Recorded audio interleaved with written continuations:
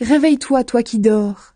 Lève-toi du milieu des morts, et le Christ t'éclairera de sa lumière. Faites bien attention à votre conduite. Ne vivez pas sans réfléchir. Vivez plutôt comme des sages qui savent profiter du temps que Dieu leur laisse. Les jours que nous vivons sont mauvais. C'est pourquoi ne soyez pas stupides, mais comprenez bien la volonté du Seigneur. Ne buvez pas trop de vin, la boisson pousse les gens à se détruire. Mais soyez remplis de l'Esprit Saint. Ensemble, dites des psaumes, des hymnes, des cantiques qui viennent de cet esprit. Chantez la louange du Seigneur de tout votre cœur. Remerciez Dieu le Père toujours et pour tout, au nom de notre Seigneur Jésus-Christ.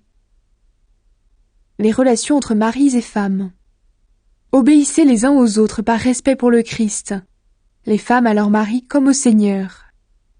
En effet, le mari est le chef de sa femme, comme le Christ est le chef de l'Église. Le Christ est le sauveur de l'Église qui est son corps. Comme l'Église obéit au Christ, les femmes doivent obéir pour tout à leur mari. Marie, aimez votre femme comme le Christ a aimé l'Église. Il a donné sa vie pour elle, afin qu'elle soit sainte. Il l'a rendue pure par l'eau et par la parole. Il a voulu que l'Église se présente devant lui pleine de gloire, sans tache, sans ride, sans aucun défaut. Il a voulu qu'elle soit sainte et sans reproche. À son tour, un mari doit aimer sa femme comme il aime son corps. Aimer sa femme, c'est s'aimer soi-même. Non, personne n'a jamais détesté son corps. Au contraire, on le nourrit, on en prend soin, comme le Christ le fait pour son Église. Est-ce que nous ne faisons pas partie du corps du Christ ? Dans les livres saints, on lit « C'est pourquoi l'homme quittera son père et sa mère pour s'attacher à sa femme, et les deux deviendront comme une seule personne. » Ce mystère est grand, et moi je vous dis qu'il s'agit du Christ et de l'Église. Mais il s'agit aussi de vous.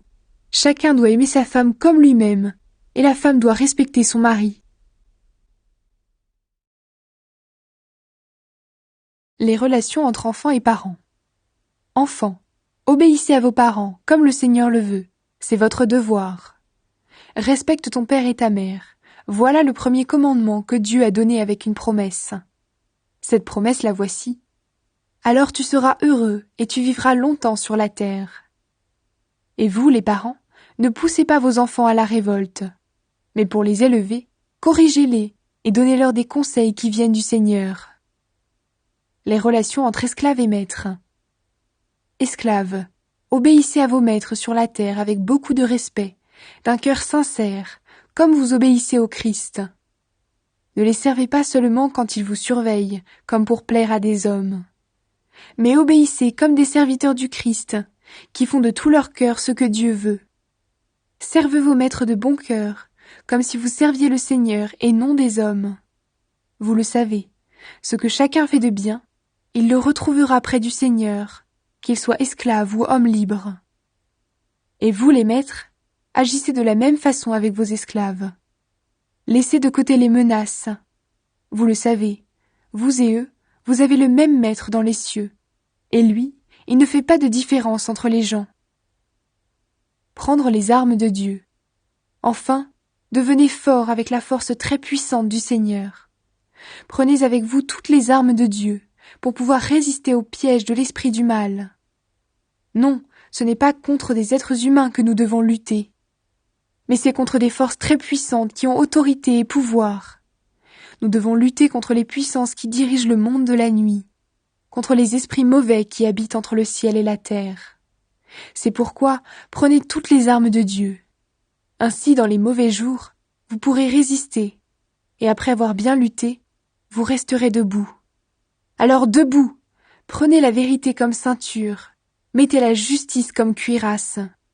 Prenez comme sandale l'ardeur pour annoncer la bonne nouvelle de la paix. Toujours et partout, prenez le bouclier de la foi. Avec lui, vous pourrez éteindre les flèches brûlantes de l'esprit du mal. Recevez aussi le casque du salut et l'épée de l'Esprit Saint, c'est-à-dire la parole de Dieu. Priez sans cesse. Faites toutes vos prières et vos demandes par l'Esprit Saint. Soyez bien attentifs et priez toujours fidèlement pour tous les chrétiens. Priez aussi pour moi, afin que Dieu mette sa parole dans ma bouche. alors j'annoncerai avec courage le mystère de la bonne nouvelle. Je suis le porte-parole de la bonne nouvelle, et pour elle, je suis attaché avec des chaînes. Priez pour que je parle avec courage comme je dois le faire. Salutations. Je veux que vous aussi, vous connaissiez ma situation et ce que je fais. Tychik, mon frère et mon ami qui sert fidèlement le Seigneur, vous donnera toutes les nouvelles. Je l'envoie exprès chez vous pour vous dire comment nous allons et pour vous encourager.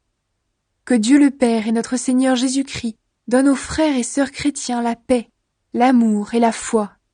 Que Dieu bénisse tous ceux qui aiment notre Seigneur Jésus-Christ d'un amour qui ne meurt pas.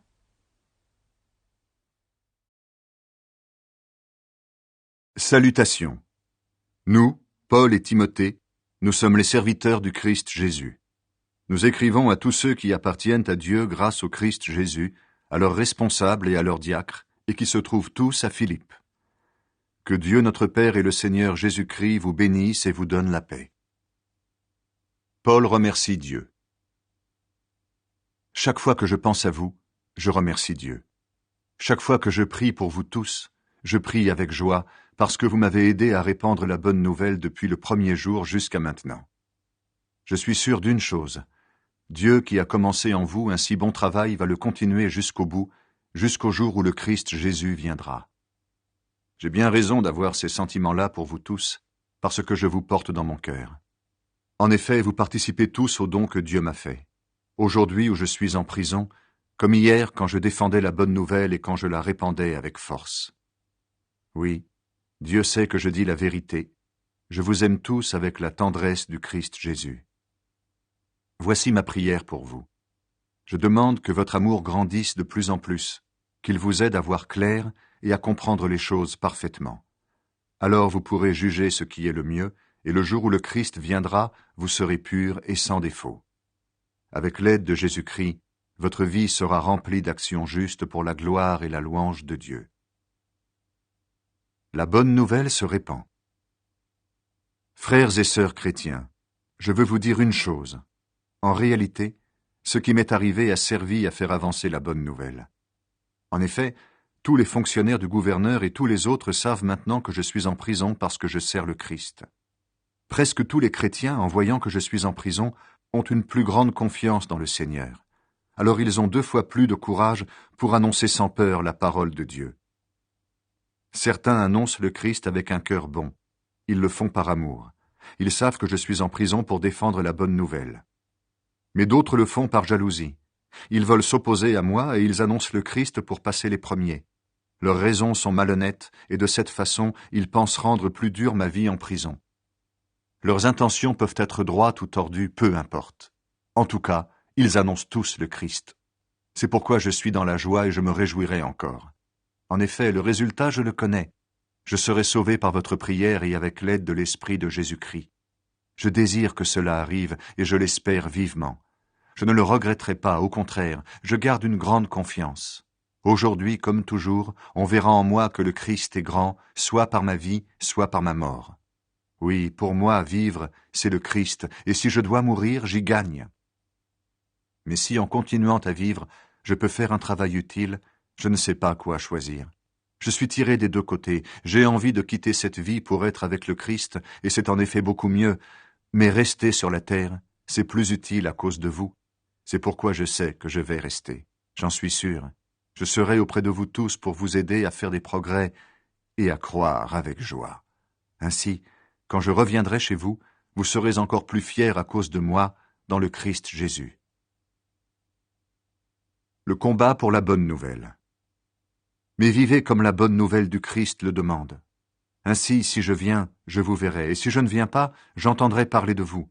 Alors je saurai que vous restez solides, très unis entre vous, et que vous luttez ensemble et d'un même cœur pour garder la foi que la bonne nouvelle apporte.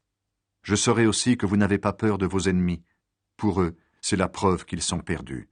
Pour vous, c'est la preuve que vous êtes sauvés, et cela vient de Dieu. C'est lui qui vous a donné non seulement de croire au Christ, mais encore de souffrir pour lui. En effet, nous luttons ensemble, vous et moi. Autrefois, j'ai lutté sous vos yeux et je continue